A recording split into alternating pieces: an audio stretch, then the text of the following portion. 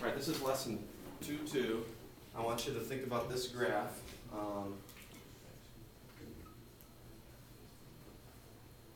Y equals 1 over x, or let's call it f of x equals 1 over x. Anyone remember what that graph looks like? Name starts with an H? Hyperbola. Hyperbola, yep. It's going to have a vertical asymptote on the y-axis, or f of x axis right here. And it's going to have a horizontal asymptote on the x-axis. Okay.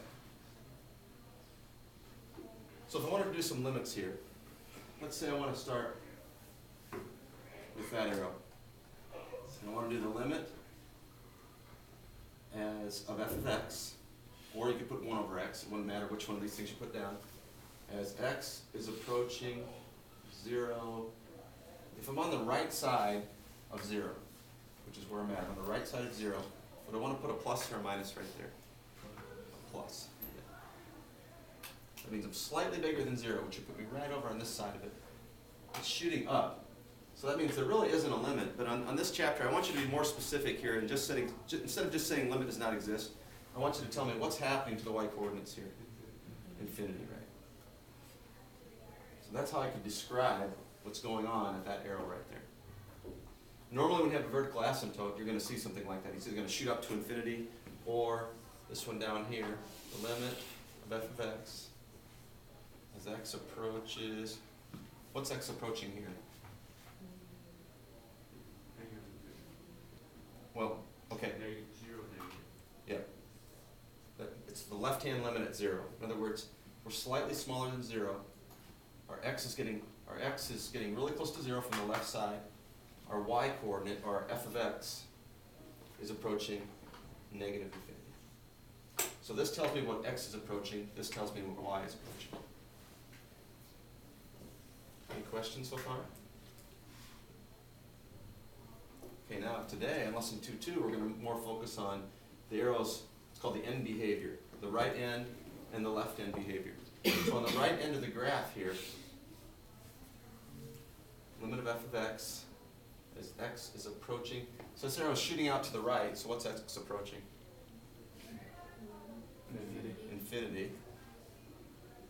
And as x gets really big, the y values are kind of leveling off right here. What's the y approaching? 0, yeah, right here. So that's 0 on the y-axis. So as x gets big, y gets really close to 0. So we're trying to show you in calculus, how do you use the symbols of calculus and limits and algebra to describe something? Yeah, you could write this out in a paragraph, but it's sure a lot quicker and easier if you know how to use the symbolism for calculus.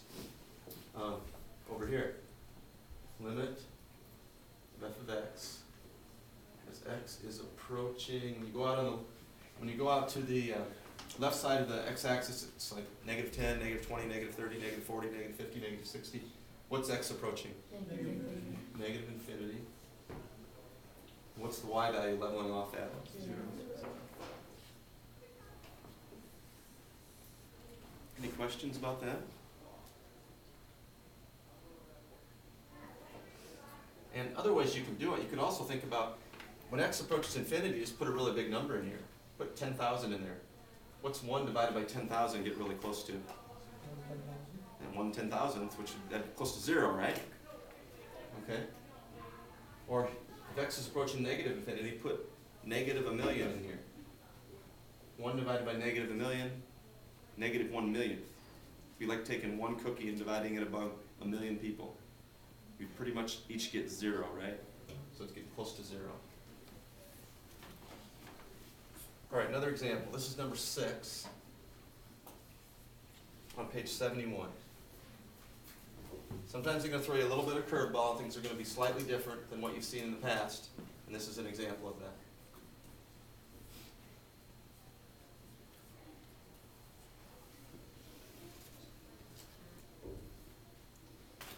Let's first of all find the limit of f of x as x approaches infinity.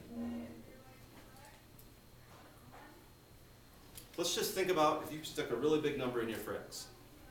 Let's say you put in 1,000. So at x equal 1,000, you'd have 2 times 1,000 minus 1. That's really close to what number? About 2,000, right? Really close to 2,000. This is going to be the absolute value of 1,000 minus 3. What's the absolute value of 1,000? 1,000, right? Absolute values don't affect positive numbers. So really, when x is approaching infinity, x is positive, you could just ignore the absolute value symbol, really, because it's not going to have an effect on these positive numbers. So that's about 2,000. That's about 1,000.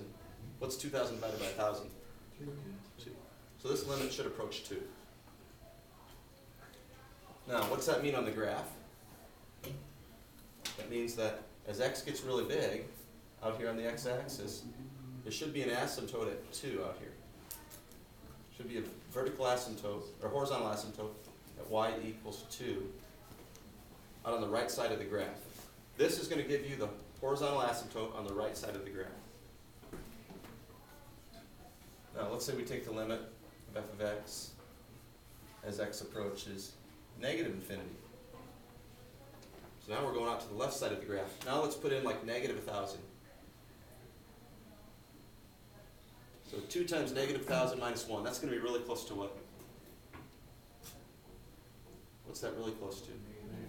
Negative 2,000. This absolute value is going to change that to a positive. So this answer is going to be really close to what? 1,000, yeah, because the absolute value is going to change the sign.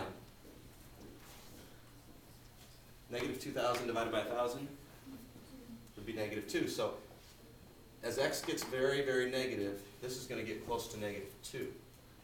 So the absolute value does have an effect on the left side because we're plugging in negative numbers. Negative numbers, the absolute value will change the sign, which is the reason the asymptote changes from 2 to negative 2. So this graph is going to go, it's going to have a horizontal asymptote at negative 2, right there, y equal negative 2. So there's our 2 asymptotes. To know exactly what the graph looks like, let's put it on our calculator quick.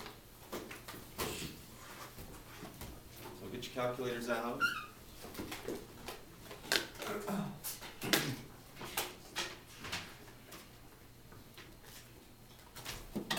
Make sure you put the numerator in parentheses and the denominator in parentheses. So you go to y equals, left parenthesis 2x minus 1, divided by left, make sure you close your parentheses, and left parenthesis again. Absolute value is math, right arrow, enter.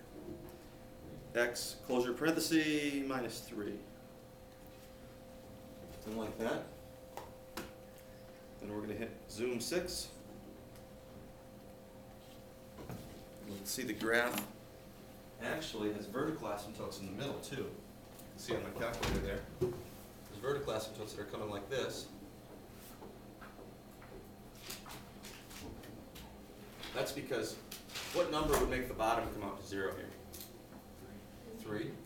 So that's where one of your vertical asymptotes is at 3 and negative 3. Right? The absolute value of negative 3 would be 3, minus 3 would be 0. So there's vertical asymptotes at negative 3 and 3.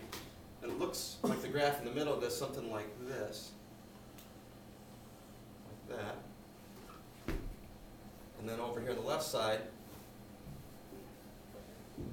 this is the asymptote y equal negative 2. The graph approaches from the bottom side, approaches y equal negative 2 there.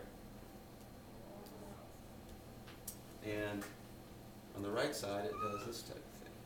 Approaches positive 2 from the top side.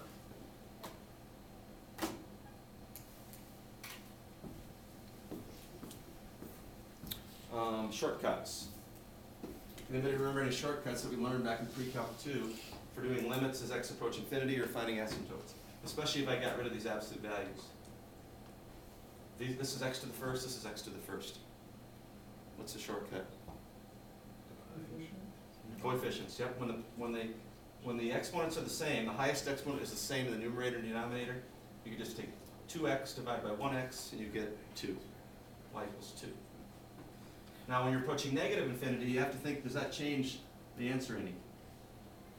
Yeah, when you're plugging in negative numbers, the absolute value is going to change the sign on the bottom. So that's the reason the answer is going to change to negative 2. Anybody have any questions about that?